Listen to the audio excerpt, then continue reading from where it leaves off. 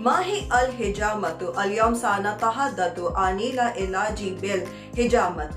هل هي أمينة أمينة ألولي لتشي فذلك؟ مرحبا، أنا سنتيا سامسون من قناة ميان العربية الأخبارية. So what is hijma? Is it safe or not? Today we are going to talk about hijma therapy. Let's find out.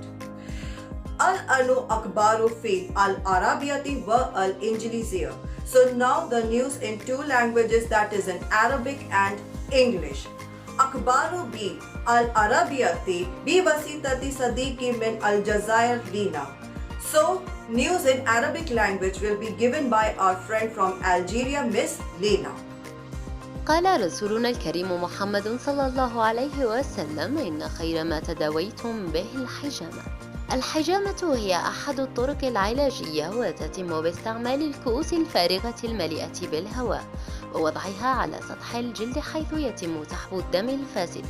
وقد حث الطب النبوي على الحجامة، وتشهد إقبالا كبيرا على استخدامها في هذه الأيام من قبل الدول الإسلامية وغير الإسلامية، وقد أثبتت نجاحها الساحق وفعاليتها بالعلاج.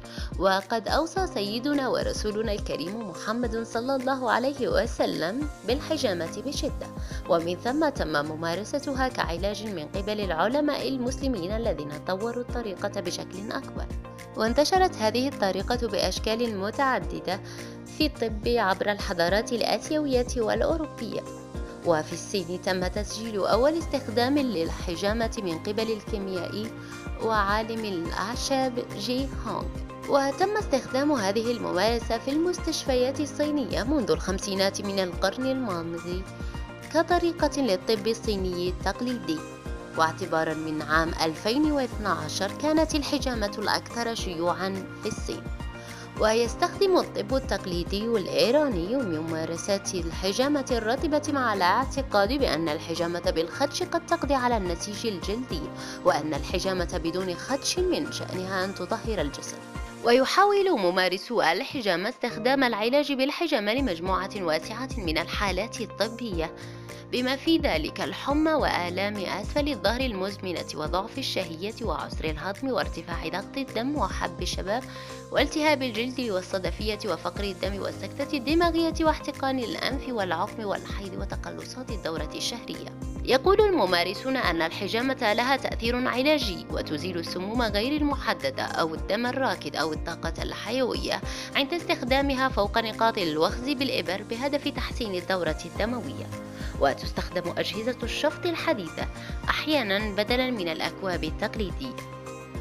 وتتكون الممارسة من سحب الأنسجة في غطاء يوضع على المنطقة المستهدفة عن طريق خلق فراغ جزئي، إما عن طريق التسخين والتبريد اللاحق للهواء في الكوب أو عن طريق مضخة ميكانيكية.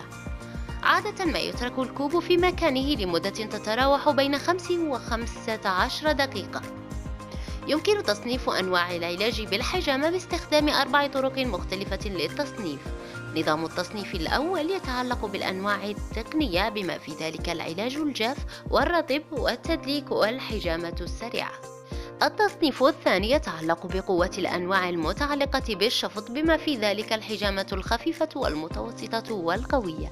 التصنيف الثالث يتعلق بطريقة الشفط بأنواع ذات صلة بما في ذلك النار، الشفط اليدوي، وعلاج الحجامة بالشفط الكهربائي. أما التصنيف الرابع فيتعلق بالمواد الموجودة داخل الكؤوس، ومنها المنتجات العشبية والماء والأوزون والموكسا والإبرة، والعلاج بالحجامات المغناطيسية.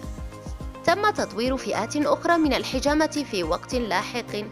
والخامس يتعلق بالمنطقة المعالجة بما في ذلك حجامة الوجه والبطن وحجامة العظام.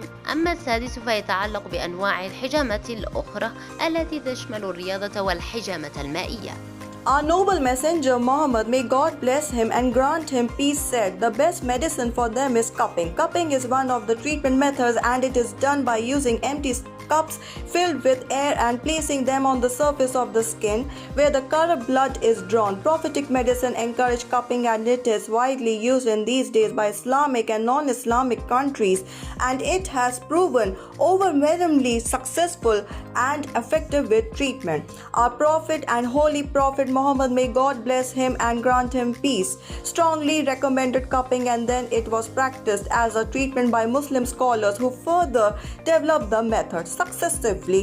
This method spread in its many forms in medicine across Asian and European civilization. In China, the first use of cupping was recorded by the chemist and the herbalist Ji Hong. The practice has been used in hospitals in China since the 1950s as a method of traditional Chinese medicine. As of 2012, cupping was most popular in China. Iranian traditional medicine uses the practices of wet cupping with the belief that cupping by scratching may eliminate the skin tissue and that cupping without scratching will cleanse the body.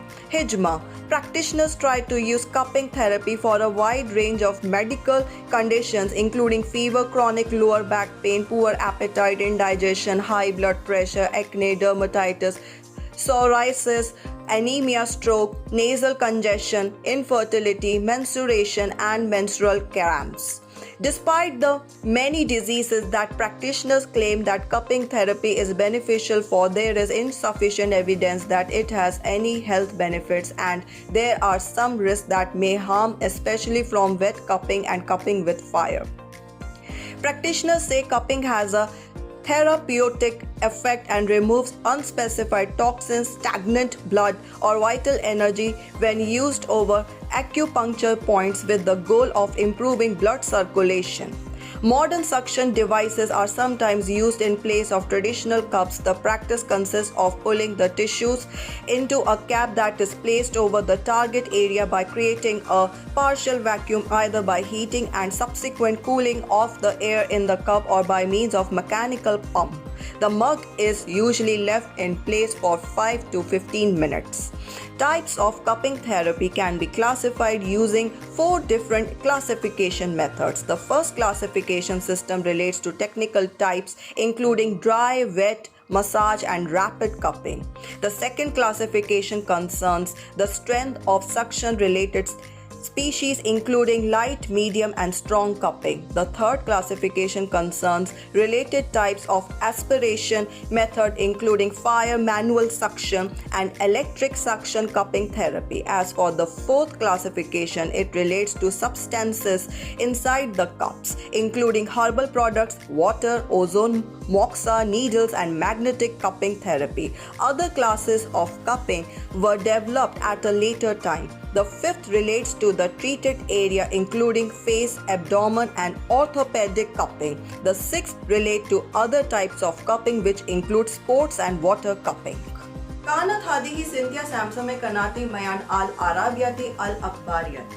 اشترك في قناتنا للأخبارية في العربية والهندية والإنجليزية والفرنسية. Shukran. So this was Cynthia Samson with you all from Mayan Arab News Channel. Subscribe to my news channel for latest news updates in Hindi, English, Arabic, and French language. Thank you. Shukran.